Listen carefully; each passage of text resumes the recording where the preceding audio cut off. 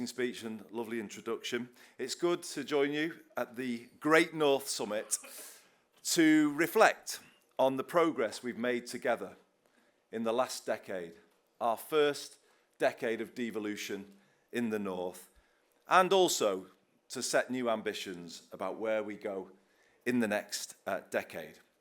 We are the Great North. We are on the way back. But we all know in this room we can be even greater.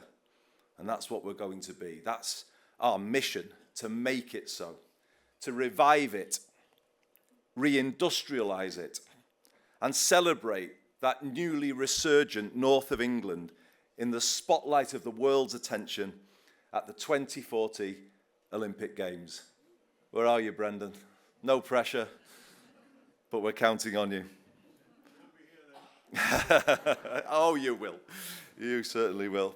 But you've put us in an amazing place. You gave the mayors the ambition to start thinking this way, and here we are. Here we are. It's brilliant. And thanks to the government for their backing for the idea. And it can happen. It can happen. It is possible. But only with big changes now to the way this country is run. And that's what I want to talk about today. As you've probably worked out, I think you know where I'm going now, don't you? Makerfield is no ordinary by-election. I'm getting plenty of advice about what I should do. The main piece being, for God's sake, get some new running shorts. If you've got any, Brendan, send them my way.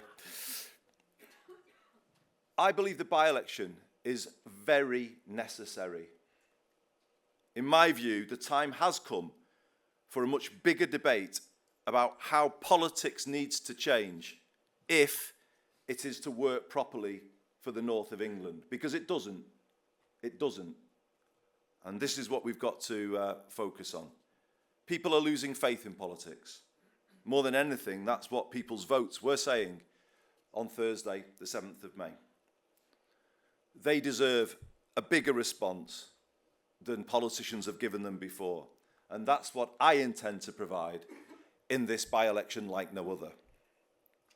My core argument is this.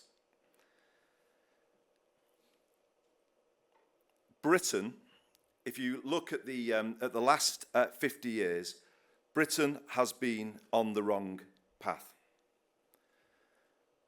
40 years on the wrong path. A path that has damaged communities across the north. The deindustrialisation of the 1980s was devastating for places across Makerfield, like Ashton in Makerfield, Orrell, Winstanley, Hindley, Platt Bridge. But you know, you could reel off the same place names, couldn't you, in your communities. You know exactly what I am talking about. The draining away of economic, social, and political power from these places, left to drift. That's what happened. But that deindustrialisation was then compounded by deregulation, privatisation in the 90s, and austerity in the 2010s. It all adds up to 40 years of neoliberalism that have not been kind to the north of England. 40 years of trickle-down economics that did not, in the end, trickle down very much at all to Platt Bridge or Hindley. In fact, that system has siphoned wealth out of those places and into the hands of people for whom life was already very good. It created an economy that didn't work for most working people. It led to the loss of good jobs, the decline of our high streets and the neglect of our towns. It led to people paying over the odds for the daily basics, energy, housing, water, transport.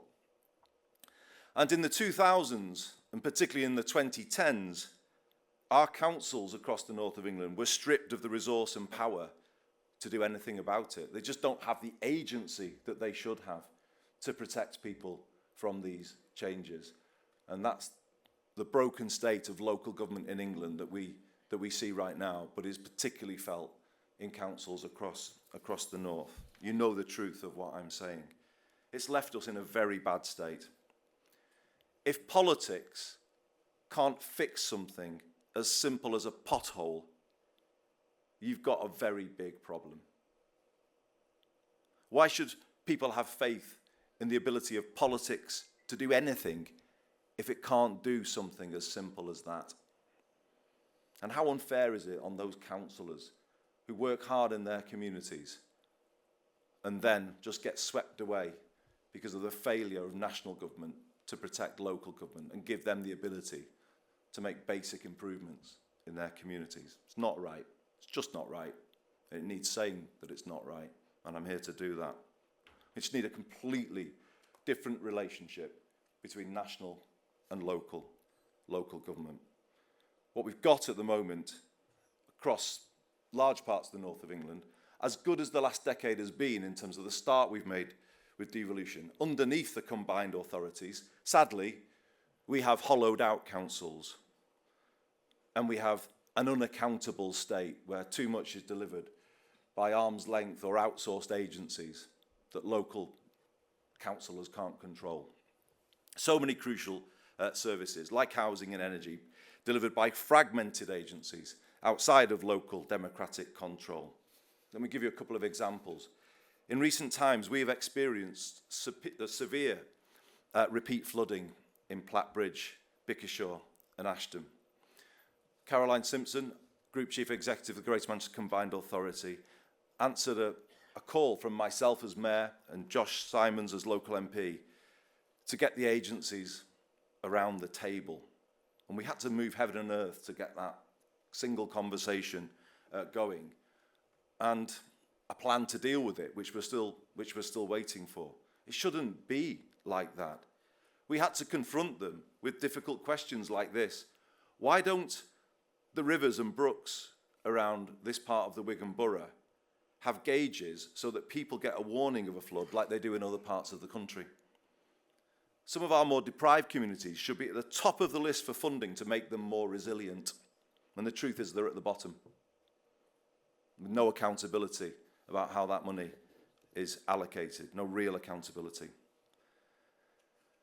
And the voice of those places is just simply not heard in the same way as others by those unaccountable agencies.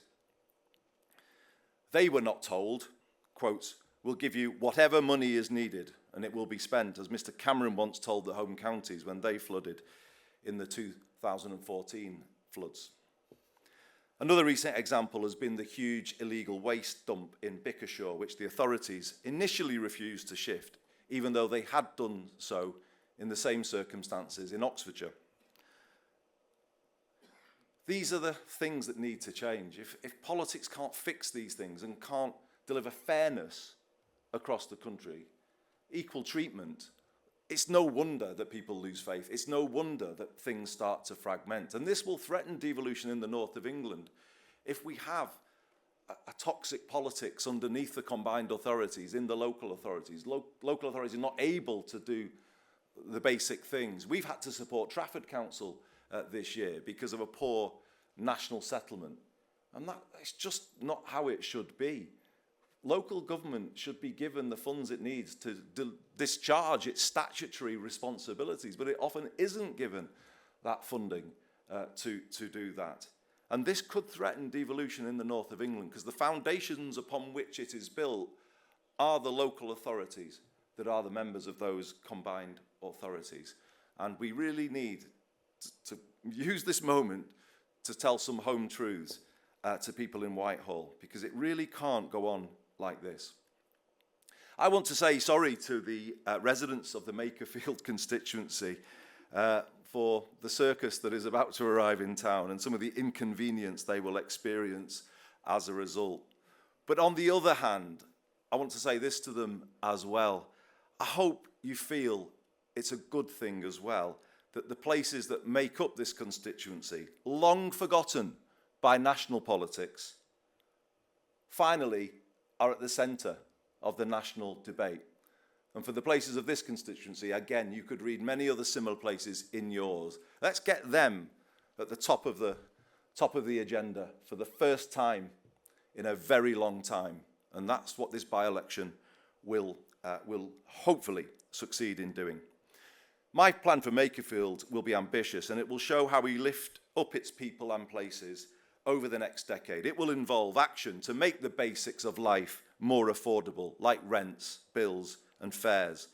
All rail stations and services in Makerfield coming into the B network and leading to a big reduction for people in the cost of public transport and the cost of travel.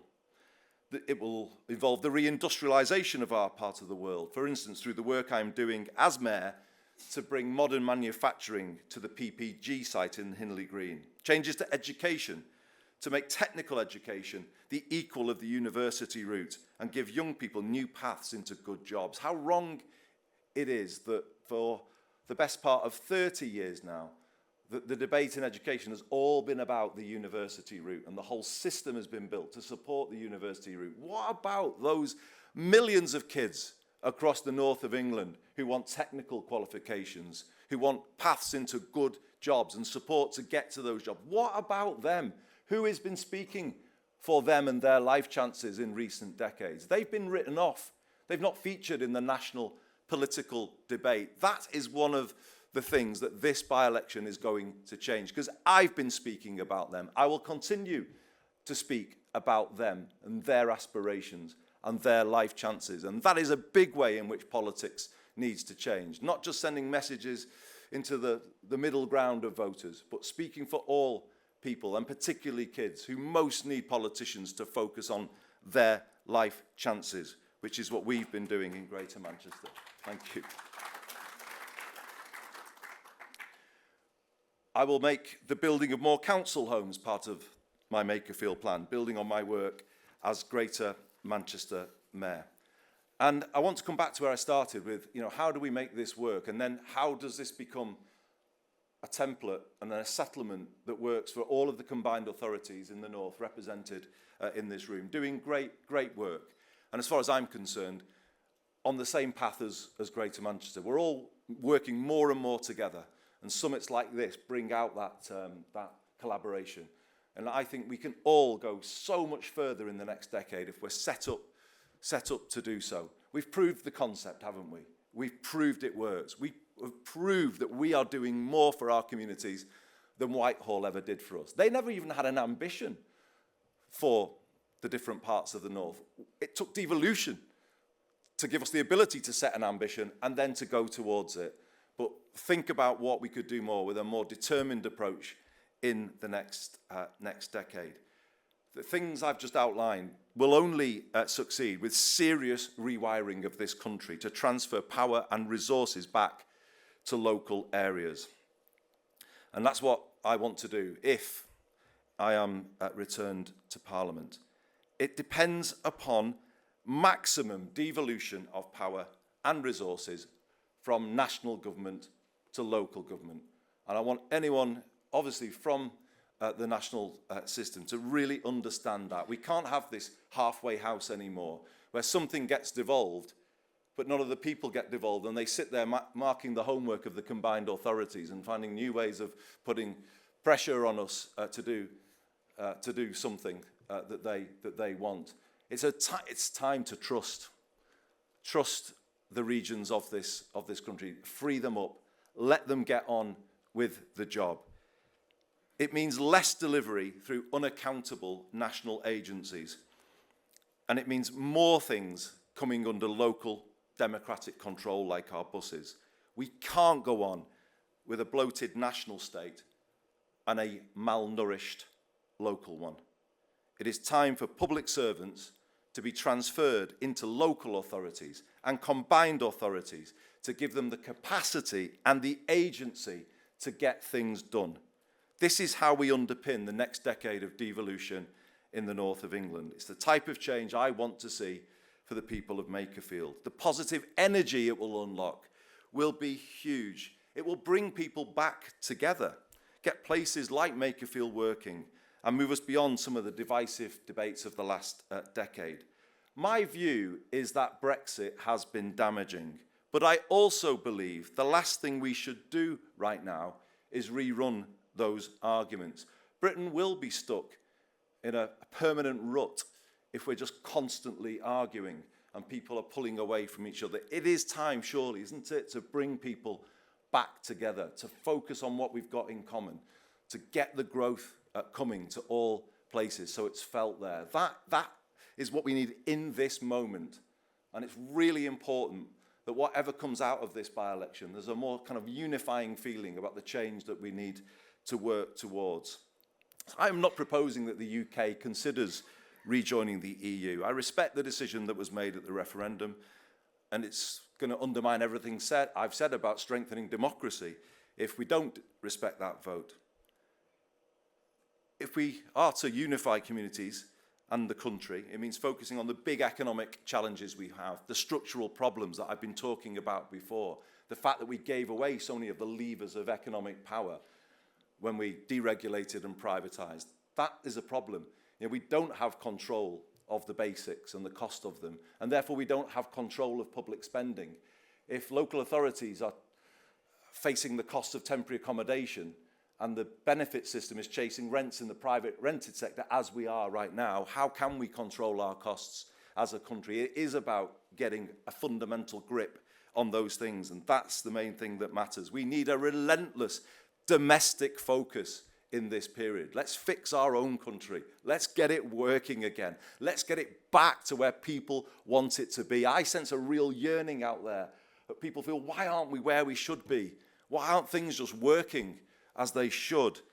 And that's what I think has to be our focus now, fixing the fundamentals of our own country rather than plunging into another divisive debate about a relationship with other countries. But I do support what this government is doing in driving for a stronger, more collaborative approach with Europe, our closest neighbours with whom we share so much. So, in conclusion, everybody, I decided to put myself forward to bring this debate to the fore. Too much of what we need to change is in the hands of others. The North doesn't have all of the control that it needs to turn things around, to turn around the lives of our people, to give new life to our towns and our high streets. We just don't have it. And if we're to take what we've done in the last decade and then go further and deeper in the next, there's going to have to be a serious transfer of power and resources right across the north of England. The places where I grew up, long ignored by national politics, are finally at the centre of the nation's attention. And I can't tell you how proud that makes me feel. And I was growing up, I saw them go into decline. I was at school in this area when the mines were closed and industry closed in the 1980s. And they've just not recovered any time since. So to have them now, through this by-election, under the spotlight, that does make me happy, because the people there can now rightly demand of Westminster, Whitehall, and all of the political parties, what are you going to do for us? And they all have to answer that question now because of this by-election.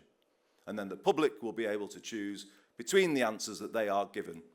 And that's how it should be. We're putting power back in their hands, and people need to justify what they believe to the people of these communities. All of the parties standing in this by-election need to set out clearly how they would change things to change life in Platt Bridge, Abram, Bickershaw, Hindley, particularly those parties to my right who were all cheerleaders for the Thatcherite policies which laid us low in the first place. Will they now disown them? Apologise for them? We'll be waiting to hear. I am clear about what I am offering. If I get to stand, a vote for me will be a vote to change Labour, because Labour needs to change if we're to regain people's trust. It'll be a vote to make life more affordable again, a vote to power up places, a vote to reindustrialise. This is the choice in this by-election. Do you want Makerfield and the North to stay on the same path it's been for the last 40 years? Or do you want a new path which brings the country back together and makes it work for everyone? I know why I'm standing. I know what I'm offering. I know what my party has offered in the past has simply not been good enough. The loss of faith of voters across the North, so many of whom once saw us as their natural party, is our fault and nobody else's. I want to help fix that, and I hope people will give me the chance to make that case. Thank you very much indeed for listening, everyone.